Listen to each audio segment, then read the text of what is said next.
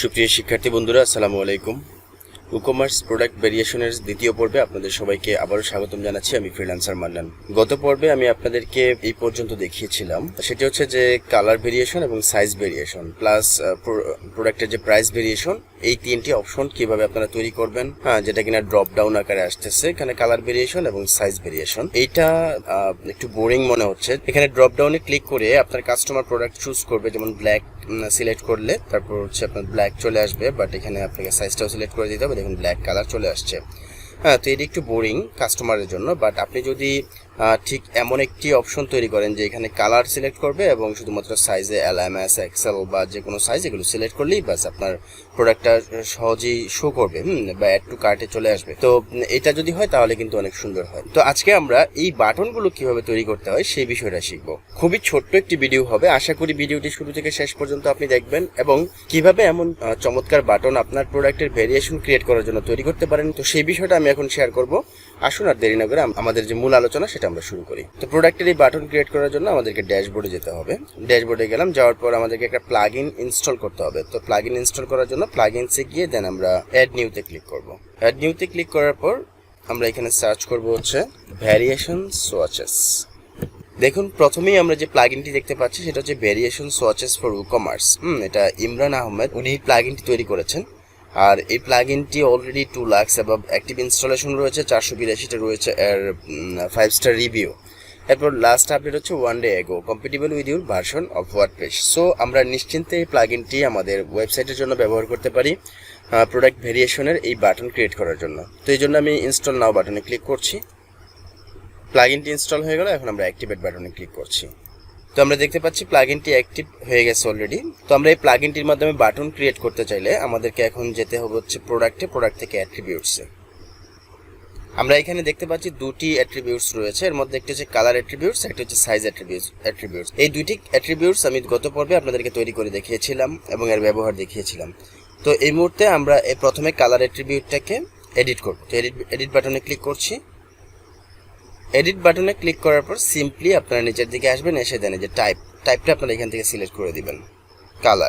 কালারের জন্য colour select করবেন, দেন আপডেট করে দিবেন। আপডেট করার পর এখন যদি আমরা আমাদের এই প্রোডাক্টের যে পেজটা রয়েছে এটাকে আমরা রিফ্রেশ করি, তাহলে আমরা দেখতে পাবো আমাদের চেঞ্জটা। সুপ্রিয় শিক্ষার্থী বন্ধু, দেখুন এখানে কালারের জন্য আমরা 4টি বাটন পেয়ে গেছি, কিন্তু কালারগুলো এখানে শো করছে না, তাই না? এরপর আমরা অলরেডি দেখতে পাচ্ছি যে সাইজের জন্য অলরেডি আমাদের বাটন চলে আসছে, কিন্তু আমাদের এই কালারগুলো এখন সিলেক্ট করে দিতে হবে। তাহলে কিভাবে আমরা সেই কালারগুলো নিয়ে আসতে পারি? আমরা আবারও যাচ্ছি। তো ড্যাশবোর্ডে চলে আসলাম, আসার পর এখন আমরা একটু ব্যাকে যাব। ব্যাকে আসার পর এখন আমরা কালার কনফিগার টার্মস এখানে ক্লিক করব। ক্লিক করার পর এখন আমরা যেমন এখানে আমরা 4টি কালার দেখতে পাচ্ছি, ব্ল্যাক, ব্লু, গ্রিন, রেড। তো আমরা প্রথমে ব্ল্যাক কালারকে এডিট করব। নিচের দিকে আসবো, আসার পর দেখুন এখানে কালার অপশন রয়েছে, এখানে আমরা সিলেক্ট করব, সিলেক্ট এ কালার। তো যেহেতু এটা ব্ল্যাক কালার, সো আমরা ব্ল্যাক কালারটা এখান থেকে সিলেক্ট করে দেবো, দেন আপডেট বাটনে ক্লিক করব। আমরা আবার একটু ব্যাকে যাচ্ছি। এরপর আমরা ব্লু কালার সিলেক্ট করব, এডিট করব। সেম ওয়েতে আমরা এখান থেকে ব্লু কালারটা সিলেক্ট করে দেব, আপডেট করছি। Back to colour attributes, then green কালারের জন্য আমরা গ্রিন কালার দিয়ে দেব, আপডেট করছি। ব্যাক টু কালার অ্যাট্রিবিউটস, এবং রেড কালারের জন্য আমরা রেড কালার দিয়ে দেব, update. Back to colour attributes.